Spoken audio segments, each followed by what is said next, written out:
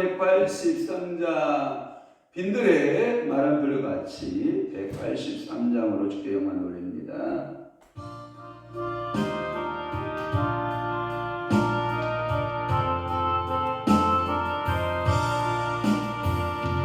빈들의 말은 불 연번에 맞춰요. 연번 두 개다 두 번로다.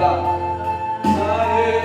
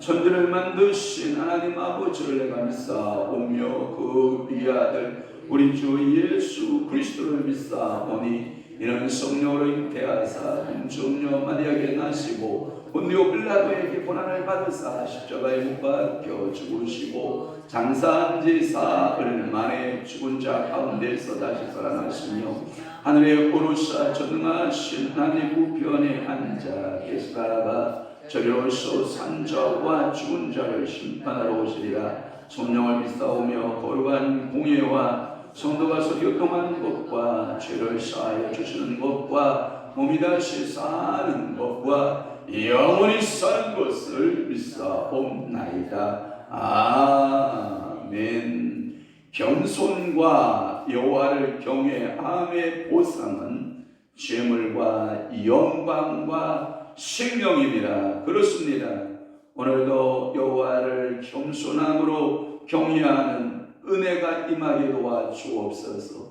오늘도 거룩한 주일 아침 사랑하는 귀한 성도들을 모으심은 오늘도 겸손함으로 여호와를 경외케 하기 위함인 줄 아오니 여호와를 경외하는 자에게 주시는 하나님의 보상은 재물과 영광과 생명을 주신다고 말씀하셨사오니 주여 사랑하는 귀한 주의 종들에게 하나님 주의 백성들에게 재물을 주시되 하늘의 물권과 이 땅의 물권을 허락하셔서 마음껏 하나님 앞에 일할 수 있는 하나님여 재물을 가진 하나님의 사람들이 되도록 은혜를 더하시고 저들에게는 영광이 있게 하시고 저들에게는 생명이 나타나게 하여 주옵소서. 그리하여 겸손한 자가 받을 보상, 여호와를 경외하는 자가 받을 보상들을 이 땅에 누리며 살아내는 아름다운 성도들 되도록 우리 아버지 축복하여 주옵소서. 거룩한 주일 아침 이 새벽부터 오늘 하나님 예배 드려지는 모든 예배 상황 속에 성삼위 하나님 영광을 받아 주옵시고 저희들에게 한량없는 성령의 기름 부으심과 성령의 불의 역사가 오늘도 강력하게 나타나게 하여 주옵시고 성도들 가정마다 가정들마다 직장마다 사업장마다 오늘도 우리 하나님께서 저들의 순순을 지켜주시고 보호하시고 인도하여 주옵소서. 우리 주님 영광을 받으심을 믿사옵고 예수 그리스도의 이름으로 축복하며 기도하옵나이다. 아멘. 하나님의 말씀 묵독합니다. 예레미야 44장 7절에서부터 14절 말씀까지 합도가 들어갑니다. 시작. 만군의 하나님 이스라엘의 하나님 여호와께서 이와 같이 말씀하셨느니라. 너희가 어찌하여 큰 악을 행하여 저기 영혼을 해하며 유다 가운데에서 너희의 남자와 여자와 아이와 젖먹는 자를 결절하여 남은 자가 없게 하려느냐. 어찌하여 너희가 너희 손이 만든 곳으로 나의 노염을 일으켜 너희가 가서 머물려 사는 땅에서 다른 신들에게 분향함으로 끊어버림을 당하여 세계 여러 나라 가운데에서 저주와 수치거리가 되고자 하느냐. 너희가 유다 땅과 예루살렘 거리에서 행한 너희 조상들의 악행과 유다 왕들의 악행과 왕비들의 악행과 너희의 악행과 너희 아내들의 악행을 잊었느냐. 그들이 오늘까지 겸손하지 아니하며 두려워하지도 아니하고 내가 너희와 너희 조상들 앞에 세운 나의 율법과 나의 법규를 지켜 행하지 아니하느니라. 그러므로 만군의 여호와 이스라엘 하나님께서 이와 같이 말씀하시니라. 보라, 내가 얼굴을 너희에게로 향하여 환난을 내리고 온 유다를 끊어 버릴 것이며 내가 또 애굽 땅에 머물러 살기로 고집하고 그리로 들어간 유다의 남은 자들을 처단하리니 그들이 다 멸망하여 애굽 땅에서 떨어질 것이라. 그들이 칼과 기근에 망하되 낮은 자로부터 높은 자까지 칼과 기근에 죽어서 저주와 놀램과 조롱과 수치의 대상이 되리라. 내가 예루살렘을 보란 것 같이 애굽 땅에 사는 자들을 칼과 기근과 전염병으로 보라니 애굽 땅에 들어가서 거기 머물러 살려는 유다의 남은 자 중에 피하거나 살아남아 수원대로 돌아와서 살고자 하여 유다 땅에 돌아올 자가 없을 것이라. 도망치는 자들 위에는 돌아올 자가 없으리라 하셨느니라. 아멘. 오늘 예레미야 44장 7절에서 14절 말씀을 중심으로 해서 우상 숭배에 대한 경고 네 번째입니다.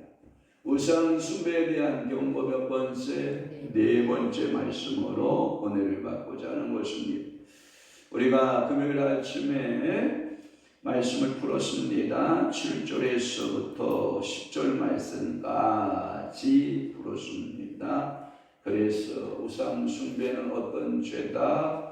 9절 말씀, 7절 말씀에 보면 큰 악이다. 주상 숭배는 큰 악이다. 즐거우시고 자기 영혼을 해한다. 그래서 우상 숭배의 결과는 뭐냐? 너희의 남자, 여자, 아이와 젖먹는 자들을 멸절하게 하고 우상 숭배는 남는 자가 있다 없다? 없다. 그래서 여호와는 어떻게 했냐? 8절에 어찌하여 라고 하시면서 한탄하셨다. 그러면서 다른 신들의 분향됨으로 끊어버림을 당하여 세계 여러 나라 가운데 저주와 수치거리가 된다. 그리고 구체적으로 그들의 악행들의 모습이 나타났는데 9절에 보면 너희들이 조상들의 악행과 유다 왕들의 악행과 왕비들의 악행과 너희의 악행과 너희 아내들의 악행을 잊었느냐. 우상 숭배는 모두 숭배하는 자들은 악을 범하는 악한 행위다. 악행이다 라고 말씀해 봤고요.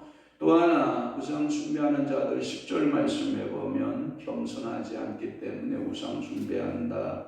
또 하나 두려워하지도 않는다 라는 것이고요. 나의 율법, 여호와의 법대로 살지 않고 나의 법규 하나님의 법대로 살자 방리하는 사람들이다. 이렇게 우상 숭배자에 대한 구체적인 내용들을 소개했습니다. 그리고 11절 말씀부터 14절 말씀까지는 너희들이 그토록 우상 숭배에 목숨을 거느냐.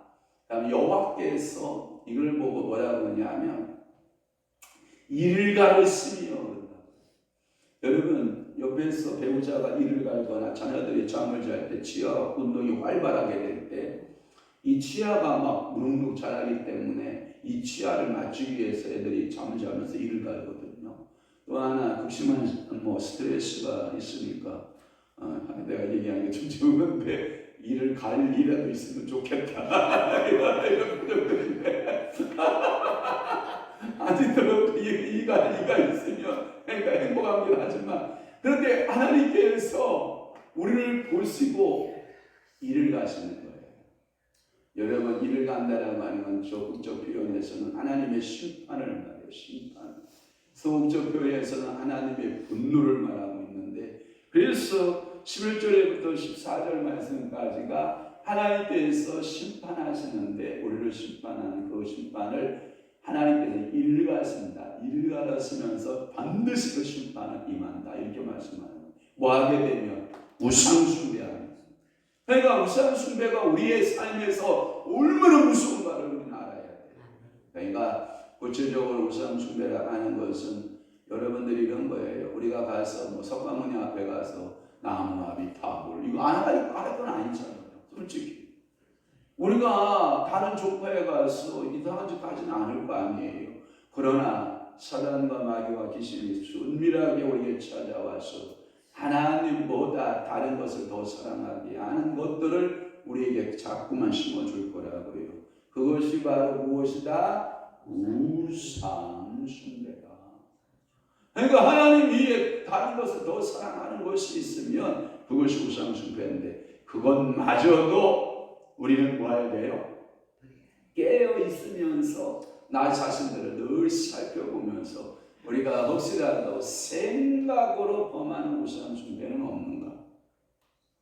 마음속에 내가 은밀한 중에 범하는 우상숭배는 없는가를 늘 점검해보고 오늘도 이 아침에 내 마음을 한번 밭을 경작해 봐야 돼. 경작한다는 것은 뭐냐면 여러분들이 농장을 이렇게 하거나 농사를 지을 때 농부들이 이렇게 한번 돌아본다고요. 논농사를 할 때는 제일 중요한 게 물고보기예요. 물고보기.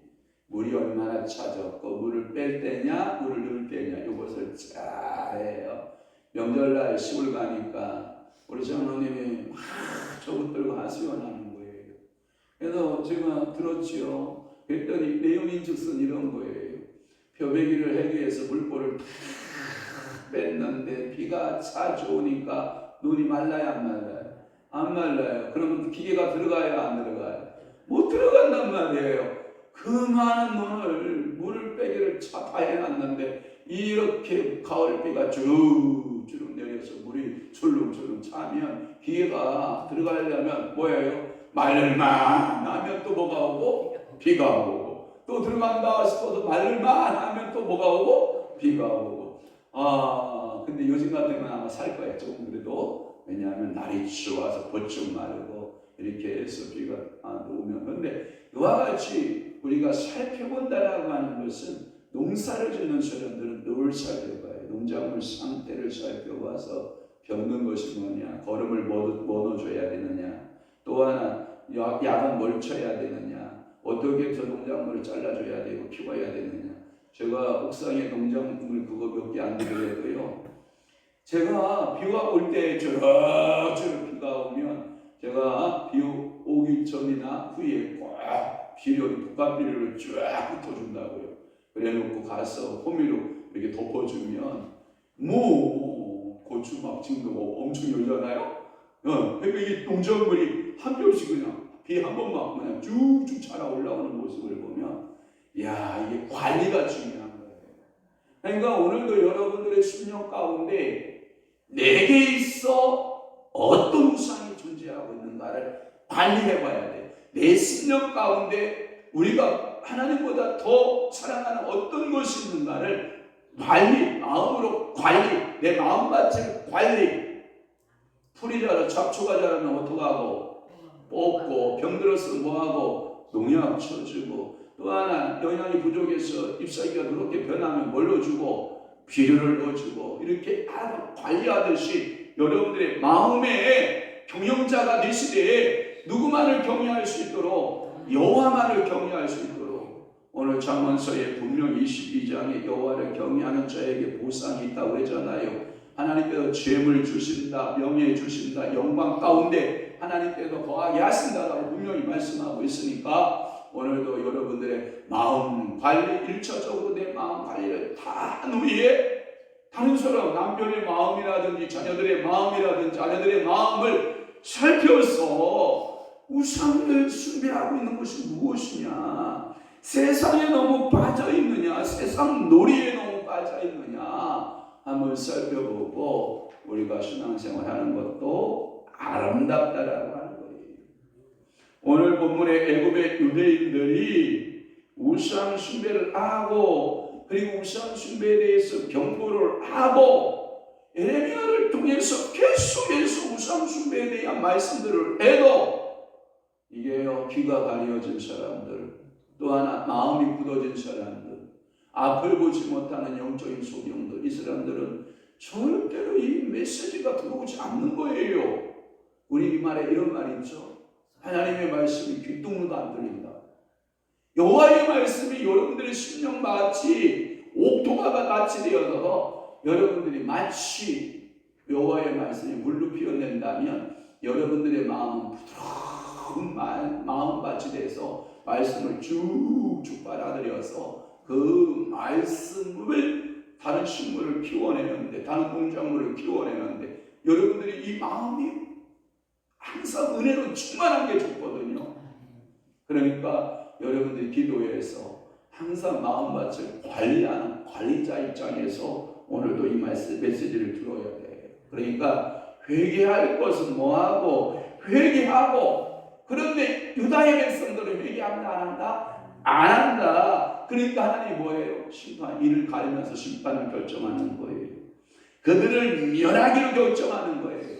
그러면서 너희들에게 형벌이 뭐냐? 우상 숭배의 결과의 형벌이 뭐냐? 너희 조상 아브라함과 이삭과 야곱에게 맹세해준 그 은혜의 땅, 그렇게도 애굽에 내려가서 선조들이 430년 동안 사모하고 그리워했던 그 땅, 그 땅으로 돌아오는 자가 없을 것이다. 그 땅을 상실할 것이다. 그 땅을 잃어버릴 것이다 라고 그렇게 말씀하시는 거예요. 그래서 11절 말씀의 시작 부분이 참 안타까운 게 뭐냐면 그러므로 라고 하는 단어로 시작이 돼요. 그러므로 우상 숭배 행위에 대한 어떠한 결과물들을 내가 만들겠다 이 뜻이에요. 그러므로 이 말은 결과물을 내가 생산한다. 그 결과물을 생산하는 게 뭐냐? 우상 숭배에 대한 철저한 여호와의 징계를 나는 생산할 것이다. 여호와가 심판하는 것을 너희 목전에서 너희들이 볼 것이다. 우상 숭배를 경고해도 듣지 아니하였으므로 이제 때는 지나리. 자, 회개할 기회가 있다 없다? 때는 지난다 안 지난다? 지난다. 그러니 우리는 때를 맞춰야 된다 못 맞춰야 된다? 맞춰야 된다. 지금 보라, 지금은 무슨 날이다? 구원의 날이다. 보라, 지금은 무슨 날이다? 은혜의 날이다. 그러면 우리가 구원받고 은혜 받는 날이다. 그러므로 이때는 또한 뭐한다? 지나간다. 이때가 지나가면 뭐가 찾아온다? 하나님의 심판이 찾아온다. 그래서 오늘 단어가 그러므로라고 하는 단어로 시작하고 있는 거예요. 만군의 여호와 이스라엘의 하나님께서 이와 같이 말씀하시니라. 보라, 내가 내 얼굴을 너희에게 향하여 환난을 내리고. 여러분 한번 생각해봐요. 제가 우리 아버지 얘기를 또 한번 할게요. 우리 아버지가 저걸 보면 그러게, 그 녀석 참, 그 녀석 참. 아니 그럴만도 하지. 40살의 아들이라고 하나 낳는데 40살 난 그 아들이 아들이 돌아다니는 모습을 보면 여러분 안 이뻐요? 이쁘잖아요. 그러니 우리 막내는 우리 아버님 시운동인데 우리 막내를 보면 이쁠까요? 안 이쁠까요? 이쁘죠. 그 녀석 참. 그 녀석. 제가 마음에 이런 마음이 생기잖아요. 40의 아들을 본 아버지의 마음과 50의 아들을 본 아버지의 마음은 그저 좋은 거라면, 그러니까 뭐 어려운 일 있으면요 저를 먼저 보는 게 아니라 가장 연약한 막내를 보고 있더라니까.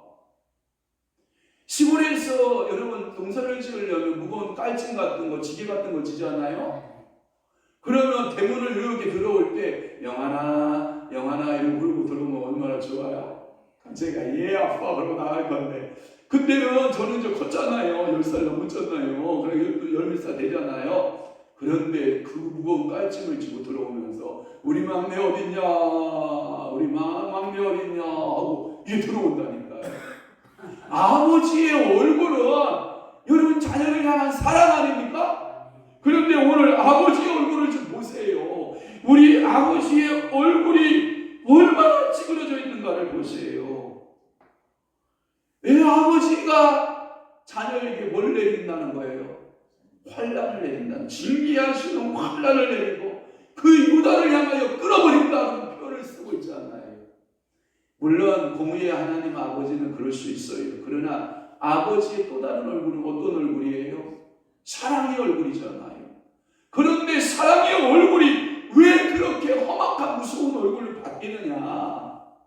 우상숭배라는 거예요. 아버지의 얼굴을 환하게 하고 아버지의 얼굴이 분노하게 하는 것은 아버지의 사랑이 부족해서가 아니고 아버지의 인내가 부족해서가 아니라 너희들이 우상숭배하는 결과다, 이렇게 말씀하고 있는 거예요. 오늘 나에게 향하신 아버지의 얼굴은 비슷이 이렇게 웃으시고 자애로운 눈으로 웃으시는 아버지의 얼굴일까? 나를 향하여 눈을 부릅뜨고 이를 걸고 이런 아버지의 얼굴일까를 한번 우리는 마음을 열고 생각해 봐야 된다고 하는 거죠. 그래서 내가 얼굴을 너에게 향하여 환난을 내린다. 하나님은 우리에게 축복하기로 한다를 쓰는 하나님이신데, 너희 민족을 뛰어나게 하려고 작정하신 하나님이신데, 내가 너희를 아브라함 후손으로서 축복해 하시기로 작정하신 그 하나님께서 왜 이 축복이 변하여 저주가 되는가? 왜 이 축복이 변하여 심판이 되는가? 그 백성들은 적어도 직시하고 있었어야 된다라고 하는 거예요. 깨어 있었어야 한다라고 하는 거예요. 오늘 아픈 단어가 또 하나가 뭐냐? 끊어버린다는 거예요. 여러분들 가끔마다 이런 드라마, 여러분들 이런 거 있잖아요. 어떤 자기 애인이 나를 배신하고 도망가면 여러분들이 막 치를 떨면서 내가 부숴버릴 거야! 한때 사랑했던 사람이지만 자녀를 배신하고 고무신을 거꾸로 신어버리면 그렇게 분노할 때가 있잖아요. 그런데 하나님은 뭐라고 말하냐면 끊어버릴 것이다. 완전히 끊어버릴 것이다. 여러분 이거 아픈 거예요. 톱을 가지고 나무를 베어버린다는 의미와 같아요. 나무가 살아갈 수 있어요, 없어요? 배임을 당한 나무가 살아요, 못 살아요? 절대 못 살아요. 제가 어저께도 동산에 올라와서 나무 몇 그루들을 이렇게 정리하고 있었는데, 저 정리를 하니까 야, 사람이요, 이 시간에요, 지멋대로 자라던 나무들도 사람 손이 몇 가지만 딱 잘라줘도요, 나무가요, 폼이 딱 나와요. 이게 멋있어지는 거예요. 그러니까 이러한 쓸데없는 가지들은 끊어버리는 건 좋지만, 하나님이 여러분들의 축복에서, 하나님의 자녀에서, 영원한 하나님 나라의 기업에서 끊어버림을 당하는 것은 심판이다. 그러면서 12절 말씀 볼게요. 애굽 땅에 머물러 살기로 고집하고. 이 말은 뭐냐면 너희들이 하나님의 약속한 땅에 머물기를 고집해도 좋겠는데, 하물며 거짓 선지자의 말을 듣고 너희 조상들이 그렇게 나오기로 결정하고 나오기로 취약정되었던, 그러니까 예레미야 시대부터 1500년 전이거든요. 이 예레미야 시대부터 1500년 전에 너희 조상들은 그 애굽 땅에서 나오기를 그렇게 기도했던 조상들 아닙니까? 애굽의 노역이 너무나도 고통스러웠지 않았습니까? 그러니까 하나님 앞에 밤낮 부르짖지 않습니까? 이 바로의 폭정에서 이 벽돌 굽기와 이 성쌓기에 지쳐버린 그 조상들이 그렇게 밤낮 부르짖었던 그 애굽 땅 아닙니까? 그런데 그 땅으로 돌아가서 그 땅이 좋으니 그리 살겠습니다. 피난을 그쪽으로 가겠습니다. 이런 표현 방법을 쓰고 있는 거예요. 너희 조상이 그렇게 치를 떨었던 그 땅 아니냐? 그런데 그 땅으로 다시 가겠다고 이 지도자를 잘못 만난 결과예요. 요한의 인소라에 애굽으로 이주하게 된 백성들을 가리키는데, 예레미야가 하나님의 계시를 따라서 저들에게 애굽으로 가지 말라고 가나안 땅에 거할 것을 그렇게도 예레미야는 권하고 또 권하고, 그런데 그들은 그 길을 막아버리고 예레미야의 말을 기쁨도 듣지도 아니하고 계속해서 거짓 선지자들과 잘못된 지도자 요한을 만남으로 그들은 기어코 애굽으로 내려가고자 하는 그러한 모습들. 이제 저들은 애굽 땅에서 하나님께서 엎드러지게 한다, 이런 표현을 쓰거든요. 아마 보세요. 자, 애굽 땅에서 뭐하고 엎드러질 것이다. 엎드러짐을 사용하는 도구가 있다. 내가 너희를 엎드러뜨리게 하는 사용하는 도구 세 가지를 말하고 있어요. 하나는 첫째 뭐예요? 칼. 그 다음에 기근의 망아래, 낮은 자로부터 높은 자까지 칼과 기근에 죽어서 저주와 조롱과 수치와 놀램과 조롱과 수치의 대상이 된다. 이렇게 말씀하십니다. 오늘도 여러분 축복합니다. 여러분들은 주 하나님 아버지를 사랑하고 하나님으로부터 받는 은혜가 있기를 주님을 축복합니다. 그리고 13절, 예루살렘을 벌한 것 같이, 이 말은 뭐냐면 애굽 땅에 사는 자들을 칼과 기근과 전염병으로 벌한다. 그러니까 하나님의 마음이 굳어있는 거예요. 이스라엘 백성들을 향해서, 우상 숭배하는 그들을 향해서 마음이 다 닫혀있는 거예요. 내가 너희들에게 끝까지 쫓아간다, 애굽 땅에까지 내려간다고 해서 내 얼굴을 피해야겠다 생각하지 말아라. 나는 너를 애굽 땅에 가면 내가 이 세 가지 도구를 가지고 찾아갈 거야. 하나는 칼이다, 하나는 뭐예요? 기근이다, 하나는 전염병의 도구를 가지고 내가 너를 방문할 거야. 내가 신방 간다. 이렇게 말씀하시는 거예요. 하나님은 끝까지 사랑하는 백성들을 찾아가거든요. 여러분, 요나가 깊이 잠자고 있는 그 배에 찾아가야 안 찾아가요? 찾아가요. 요나가 물고기 깊은 뱃속에서 부르짖는 그 소리 하나님 찾아가야 안 찾아가요? 찾아가요. 그러니까 오늘 여러분들이 피할 곳이 있다 없다? 없다. 이 세상에 어느 곳에 내가 깊은 바닷속에 거할지라도, 내가 큰 바위 동굴에 내가 숨을지라도 여호와의 낯을 피할 수 있다 없다? 없다. 그러니까 오늘 우상 숭배하고 도망갈 생각하지 말고 하나님 아버지 앞에 회개하고 하나님 앞에 두 손 들고, 하나님 내가 잘못한 것 있으면 깨닫게 해주시고, 하나님 회개합니다, 하나님 잘못했습니다, 연약해서 그랬습니다, 불쌍히 여겨주시고 아멘아 영광 돌립시다. 하나님 앞에 여러분들이 두 손 들고 회개하는 여러분들이시기를 축원하는 것입니다. 14절 말씀 풀을게요. 애굽 땅에 들어가서 거기서 머물러 살려고 하는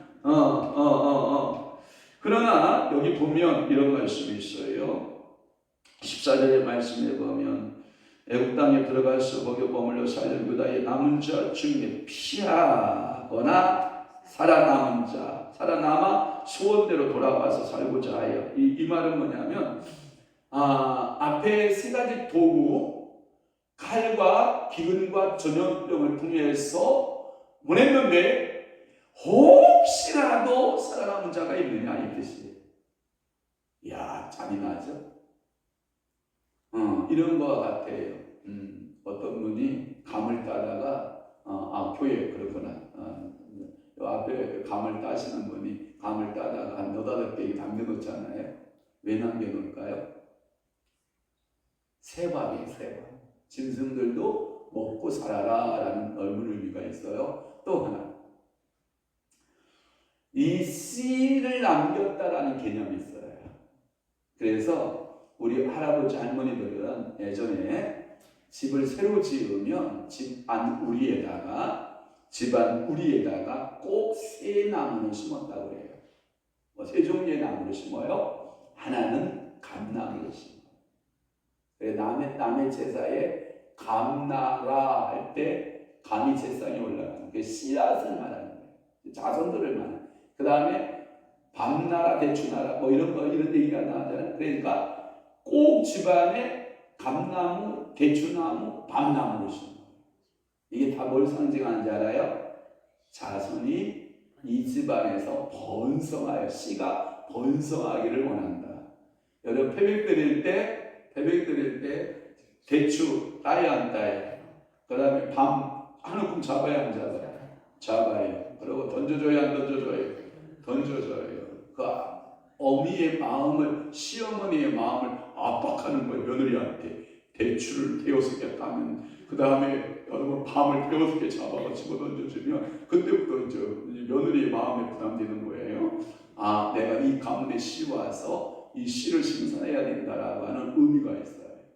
또 하나, 밤이라고 하는 것을 여러분 구조를 잘 보면 한 송이 안에 밤알이 하나 들어있을 확률이 많아요. 2개, 3개 들어있을 확률이 많아요.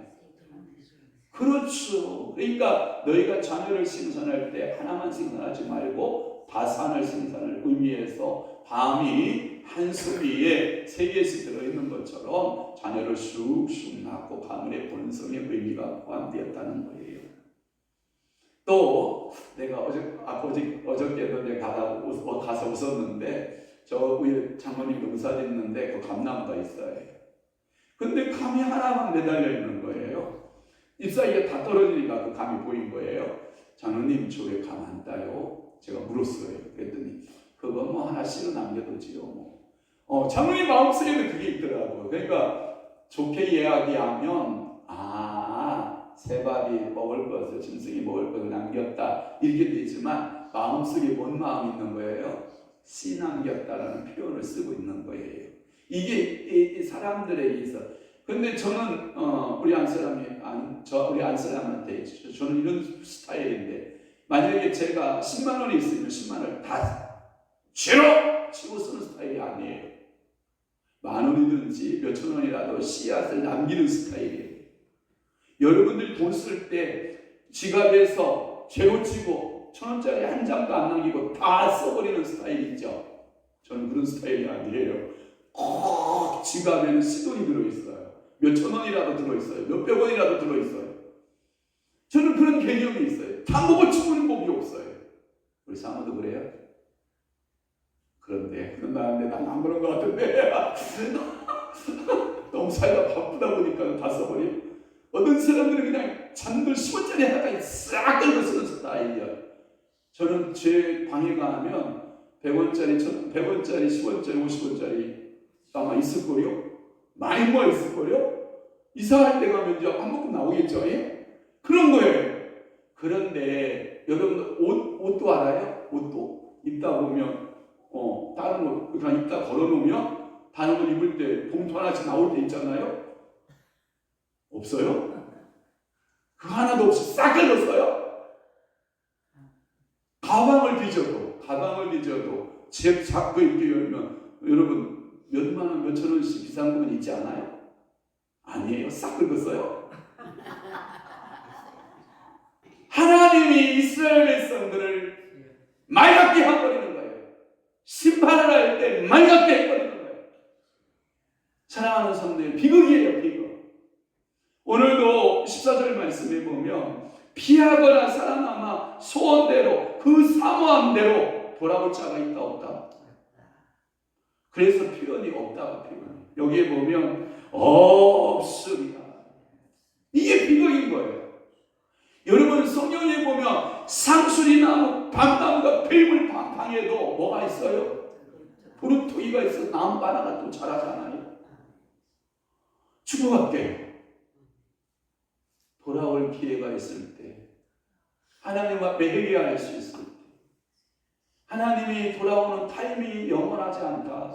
당신의 목숨이 살아있는 그 기간이다. 당신의 목숨이 몇 년이 보장된 것이 아니다. 제한된 것이다.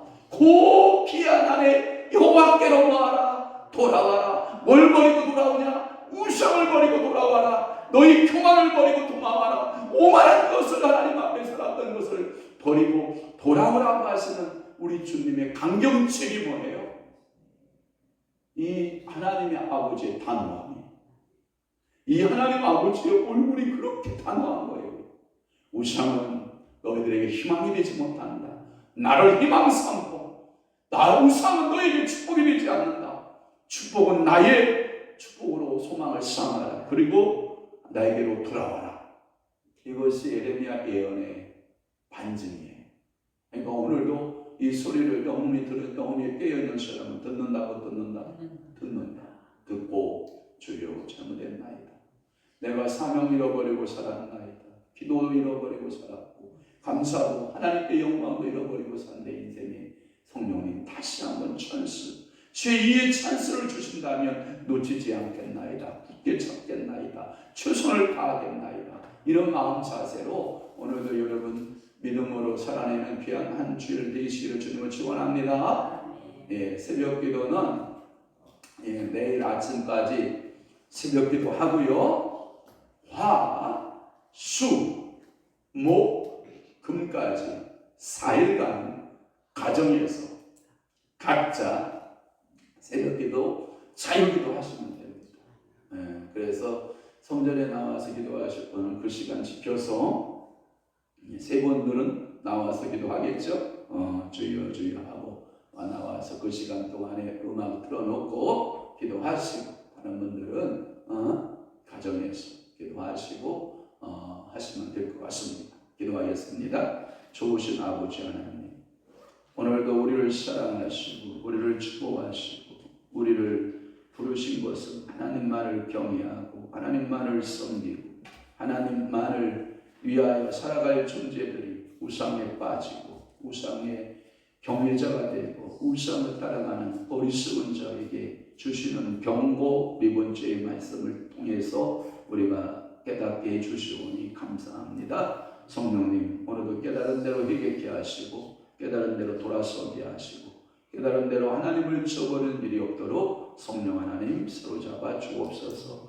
이제는 우리 주 예수 그리스도의 은혜와 하나님 아버지의 극진하신 사랑하심과 성령님의 감화 교통 내 주위로 쌓아 충만하심이 오늘도 하나님 아버지 앞에 철저히 회개하고 돌아서서 내가 행한 우상 숭배 죄악들을 회개하고 하나님 앞에 바로 세움받기를 원하는 사랑하는 귀한 성도들 심령 위에와 교회 위에 이제로부터 영원토록 함께 있을지어다. 아멘.